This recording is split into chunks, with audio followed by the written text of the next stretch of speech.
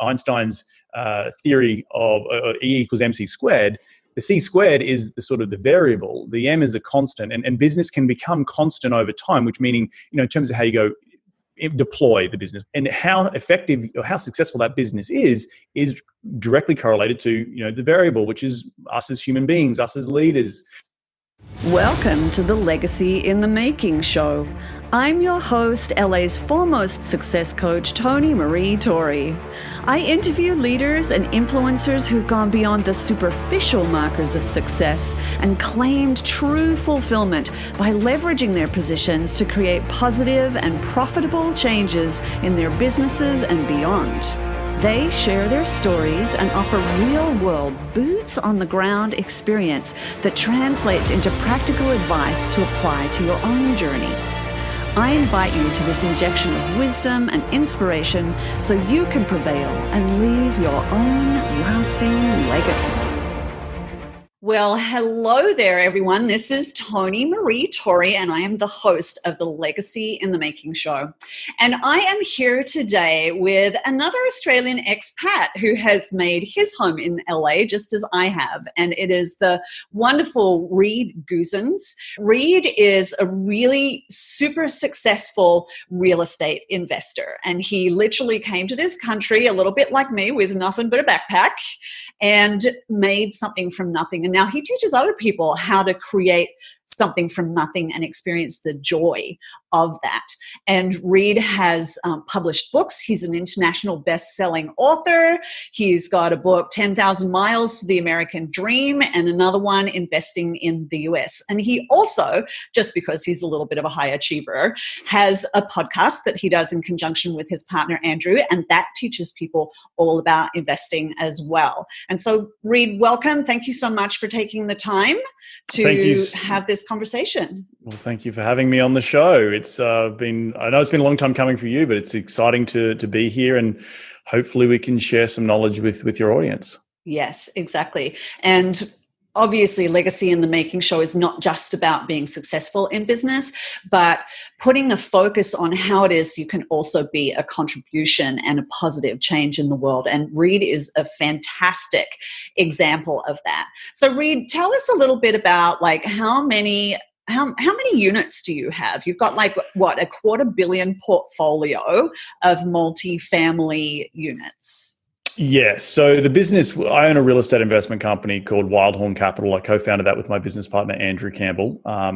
We focus in and around what's called multifamily, so buying apartment buildings in the central Texas, so Austin and San Antonio. And we focus on adding value to these apartments and from the business point of view and increasing the net operating income and increasing the cash flow. And we have a bunch of investors who come along for the ride, enjoy the benefits of investing in real estate, but the investors get the upside that they don't have to go out and find it and operate it and underwrite it, and they can just sit back and relax. So our business is focused on what the word real estate syndication, which is just the pooling of investors' money together to go out and buy larger assets. To date, we have amassed about $250 million of assets under management. That's a bit over 2,000 units in both San Antonio and Austin, Texas. So, yeah. That's amazing. And because I know a little bit about you, Reed, I know that you have an underlying passion that the real estate investing supports and feeds into, and that is that you have a real genuine concern for the preservation of the world's resources, the environment, in particular water, you've got a passion for. So tell us a little bit about what it is that you do with preservation within your buildings. Yeah, so preservation has come really in and around the why of what I do. And a lot of people probably listening to this show, at whatever stage you are in your development of your business, you get to a point where you have certain goals and achievements. And over time, as you do start, like for me, just rewinding the clock a little bit, and you know this, up until very recently, a couple of years ago, I only quit my day job to then go full time with my business. And so for the longest period of time, for a decade, it was the North Star was I have to be financially independent. I have to be my own boss. The business has to be run on its own 2 feet. Now that I've got there and I have the mental clarity and the freedom and the time to think of, okay, what's the new North Star? those are where these other things come in. The preservation of environmental resources. Obviously, water is a really big one of them.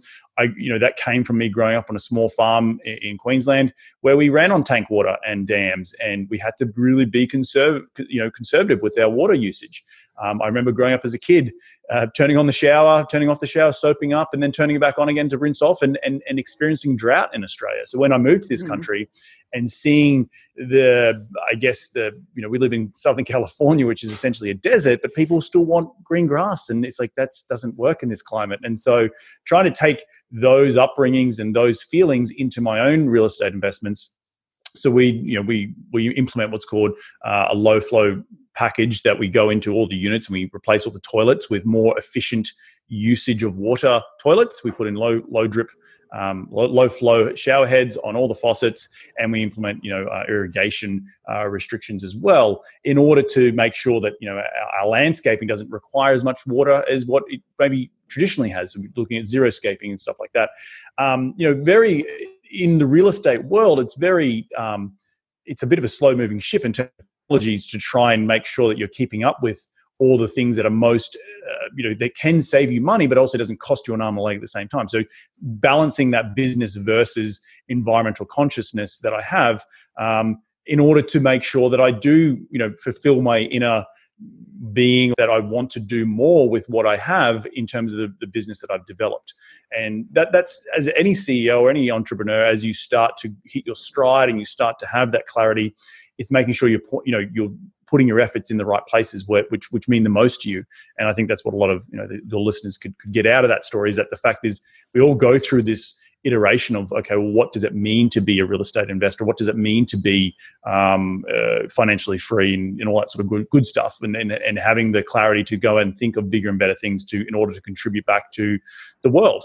And I think that's super important, and hopefully what we're going to talk a little bit more about in the coming minutes here. Yeah, it is. It's so super important. And, as we were working together to develop your new North Star and kind of unearth it, we took a look at your history to discover what, that underlying, as you're calling it, like that kind of subconscious passion, like the things that really drive you in terms from the contribution perspective. Right. And so you have this great story you've already shared with us that you grew up in Australia, went through droughts, turned the shower off, soaked up, turned it back on again. But there was also like a toilet story that you told me, which I think was one of the things that really helped us uncover that motivation for you. And this is a really great clue for people when they're trying to work out, what their next step is in terms of creating contribution and leveraging their position. And go back and look at the things that you used to get a little passionate about when you were younger,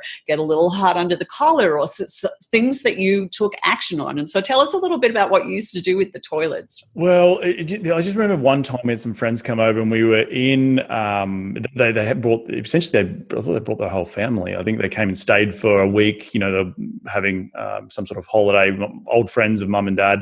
And obviously a lot of kids in the bathrooms, a lot of people using the water. So I actually taped the full flush toilet button down, so you couldn't actually use it. And I did that without asking anyone. I just did it because I knew that, hey, we're on tank water, and we only got limited resources here, and it was coming into summer, knowing that it was really dry. And that was probably around the age I was 12 or 13, and I still vividly remember that, and just going these people are using too much water. Good for you. I just love that you did that. And oftentimes when we do these things, we kind of do it without a care or concern around what other people are thinking, because it's something that we just feel so passionate about and we're driven to do it. Mm-hmm. That's exactly right. Yeah. And as we develop as entrepreneurs and business owners and all that sort of good stuff, it's how do you make sure you're aiming in the right direction to point that passion in the business if you can. And I'm very fortunate that I can have some element of the business can be in water conservation. So it's sort of like, trying to combine the two is is tough at the best of times, and I'm sure there's a lot of listeners out there who are trying to scratch their head and think, well, what can I combine in my business in order to give back and contribute, Yeah, and it can be a challenge. And I think a lot of that, one of the things that I coach my clients on, if they are in a situation where perhaps they are not the founder of their own business, perhaps they're more at an executive level, or not able to make like massive policy decisions, like you are in a position to make your policy decisions, but some people are not always there. And so part of what we look at is actually just like the qualities of what it is that they're trying to bring to the table. So for instance, if you do have a passion for, especially at the moment, it's a pretty hot topic, like racial inequality. Thank you. It's such a hot topic. Sometimes it's even hard to articulate about racial equality. If that's something that is important to you and you maybe don't have the capacity to influence policy, then what you can do is bring that sense of compassion and that sense of justice and fairness that are the underpinning qualities of that to your interactions with people in general, to your team. You can facilitate the ability to take a look at those kinds of ideas and concepts and actually stimulate conversation around those things. And so sometimes in our day job, we don't always get to fully fulfill our purpose, but of course we do all still have spare time as well. So exactly. I'm really encouraging everyone at the moment to take a stand for what's important for you. And it might be more about resources, or it doesn't really matter what it is, but just really get in touch with what is genuinely important to you. 100%. Yeah. So Reed, one of the things that's been going on at this particular period of time is, we've really got a perfect storm of just so many things going awry in the culture. And one of the things that I've been impressed with in our conversations is the fact that even though, obviously you're in business to make money, you've really been taking a very heart-centric approach to the people that are the tenants of these multifamily properties that your investment company has control of. And so would you talk a little bit about that and what it is that you're doing? Like, what's your process? What's your thinking? How is it that you are putting people first?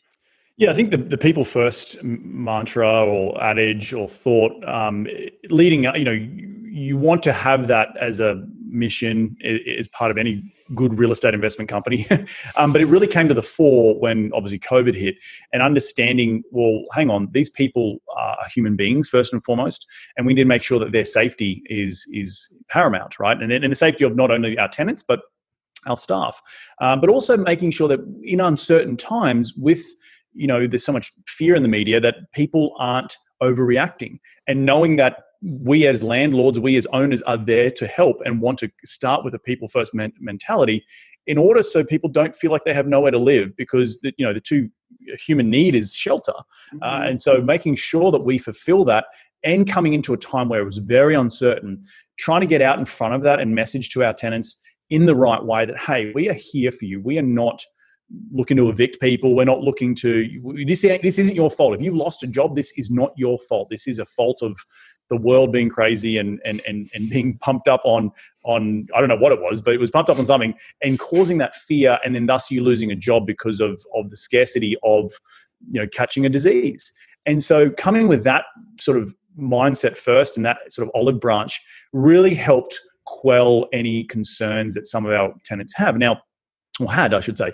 And I will say that we did have some issues. We had some people drop keys and just completely move out, like overnight, which was called skips. And that's part and parcel of the sort of socioeconomic, so renters we rent to. We are in the low to medium household income renter sphere in Austin and San Antonio. So we know that some people are very, paycheck to paycheck, and understanding that means that we need to make sure our policies in how they can pay rent or whatever they can pay is making sure that is leading first and foremost. They know they need to pay rent, they know they need to keep a roof over their heads, but knowing that we're not going to hopefully be breathing down their neck too hard to say, hey, how's that rent coming along? So we implemented a lot of stuff like rent payment schemes, over a period of 3 or 4 months, making sure people can pay the rent, because obviously they're in a contractual agreement to pay rent, and regardless of where you live in and around this country, you have to pay rent, right? So because of the shelter piece. And we're having conversations with the tenants, with our staff on site, really helped make sure that humanized us, but also humanized the tenants as well, to hear their stories and what their struggles they're going through, and then sympathize with that and empathize to make sure that we are putting in the right policies in place in order to accommodate everyone's needs as best we can. So yeah, that was really, it's been a real lesson in making sure that your business is fundamentally on people first, and that's what the realization we came to at Wild Horn Capital, that it is, and without leading with people first, you don't have a business, you don't have renters, you don't have an income. Investors aren't happy, and at the end of the day, you lose the business. So keeping that mindset first and foremost is really, really important. Right, I love that message, and it's so simple. I mean, it's easy to remember. People first, just 2 words, and yeah, exactly. I think that the world would be a different place if more of us could spend time focusing on exactly that. Mm-hmm. So I know that when we first started working together, you little high achiever, you were dealing with some burnout and some aspects of some personal things that had happened in your life, mm-hmm. that were impacting your ability to proceed and to be successful, and just to be a whole person as a leader. Right. And I'd love to hear a little bit about what it is that you have done. Like, what's your experience been around that transition from what I call the push mentality to being more in alignment with your intuition, with your instincts, and with your self-care and all those things. So what is it that you're doing today that you weren't doing back then, that when you started seeing the cracks? Well, I think we've got to give credit where credit is due, and that's to my lovely, gorgeous wife, who you know very well, is Erica. And she had heard you speak about the struggles of subconscious versus the conscious mind, and maybe she identified some of them in me. And at the time, I'd gone through some personal loss. I was transitioning out of a W-2 job, a lot of hours spent, plus also juggling, my business on the side, trying to keep obviously a healthy relationship, being healthy in myself, and just making sure all the pillars were trying, all the plates, I should say, spinning in the air were being maintained. But to your point, there were some cracks starting to show. And I knew that, and Erica knew that, and that's where the introduction to you came in. And I think it really helped me realize that we don't have to have all the answers first and foremost. And working on, for me, like, I'm very much a mathematical brain. Einstein's theory of E equals mc squared. The c squared is the sort of the variable. The m is the constant, and business can become constant over time. Which meaning, in terms of how you go deploy the business and how effective or how successful that business is directly correlated to the variable, which is us as human beings, us as leaders. And so when you don't have the subconscious and the mind, there's a lot of chatter going on in the mind. Your business can sometimes will be impacted. And so making sure to focus on that subconscious and sort of the top 2 inches between the ears is super important, because it will ultimately make you and me a better leader and a better business owner, because the constant's sort of already figured out, and we will be going to implement that constant repetitively over deal after deal after deal. It's making sure that variable, which is the human being who's leading that, is, has an inner touch with themselves and understands what scares them, what fears that they have, and what powers that they do have, and what things that they need to work on. And having that realization was really powerful for me, obviously working with you, in and around that subconscious, I should say, way I've grown up, how I've dealt with loss, how I've now come to be who I am today, and how to sort of sometimes learn to turn it off. Because we all have that, again, we all have that chatter in our brain. Like, we're all looking at the same movie 24 hours a day, 7 days a week, 365 days a year. That sometimes you've got to learn how to turn that, just turn down the volume a little bit, in order to repair those cracks, as you mentioned earlier. So, yeah, exactly. A lot of what I do with my work with busy leaders is just actually teaching them how to pause how to pause and listen to what I call their innate wisdom. And, I've had some experiences in my life where I'm so grateful for the fact that I paused and listened to my innate wisdom. And, one of the things that you and I bond over, I guess, for want of a better definition, is the loss of people that are really important in our lives. And for me, my parents died 2 hours apart, and they were in Australia. And I was extremely lucky in that I have these practices in place that I teach my clients. And I did pause long enough and got some very, very clear information that I needed to essentially drop everything that I was doing and get on a plane and go back to Australia. And I did, and I landed 24 hours before both my parents, who had been divorced for 25 years, and my dad had remarried, so there wasn't like, they weren't living in the same towns or anything like that.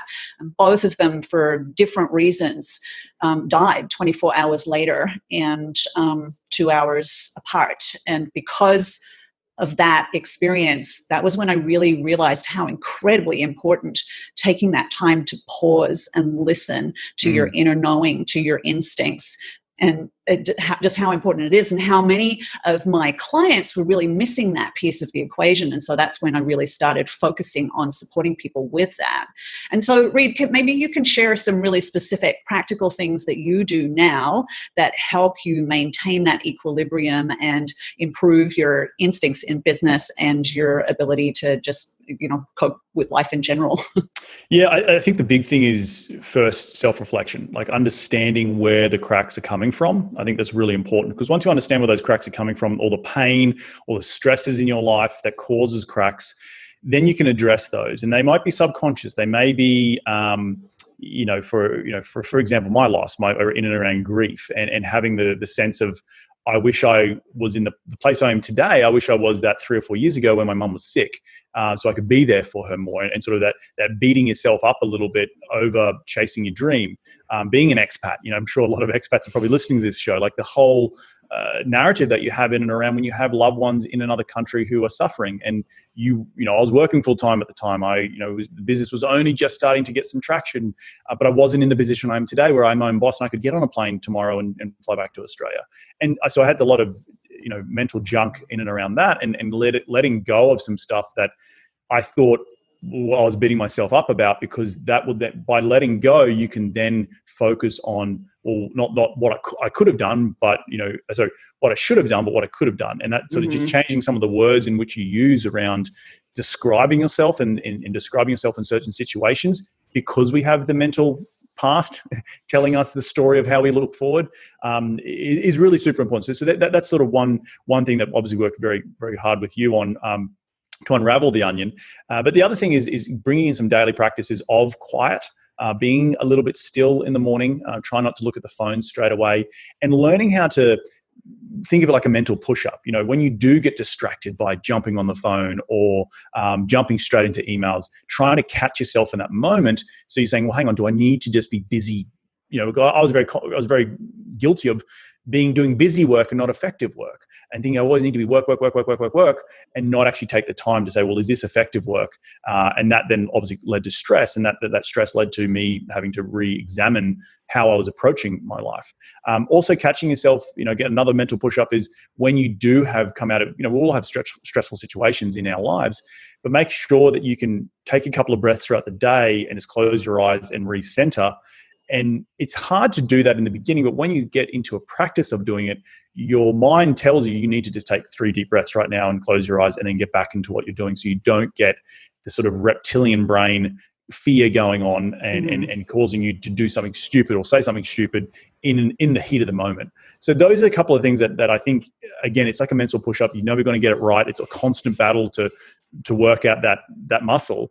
But it's something that I enjoy. I'm just starting to do a lot of deep breathing in the mornings, and taking some time to work out and take some of the self-care, which I've always done, but making sure I'm not just jumping straight into the phone or jumping straight into work, and focusing on what is really moving the needle in the day and carving my day up, and so I can focus on those needle moving activities rather than just focusing on the being busy stuff, which is ineffective in the business. So yeah. If there's one thing that I can say to people is, don't squander that early morning time that you have as you transition from sleep to awake. There's a name for the mental state that you're in at that point in time, and it's called the hypnopompic state. And what it means is that you actually have more access between your conscious and your subconscious mind. And the subconscious holds a whole heck of a lot of data that when you stop and you're slow and you listen to it, it can let you know about things that are super important to you and super important to your mission in the world. And so when we do something like get straight on our phone, then that switches that state off. And so taking that time to do the breathing, to pause and listen, it is just such a maximizer of your ability to be purposeful and to be powerful as a leader in the world. So Reed, is there anything else? Is there something else that you want to share with us that I haven't asked you about? Look, I think the big thing for me, obviously working with you and giving you a plug, but I think for the listeners can hear that it's not you are not a real estate business expert. I needed help with, again, the thing between the ears. And that goes back to the sort of, you talked about equations before, the E equals MC squared. Focus that the 80-20 rule, all that sort of stuff, like it's 80% mental and 20% practical. You really need to focus on that and seeing that.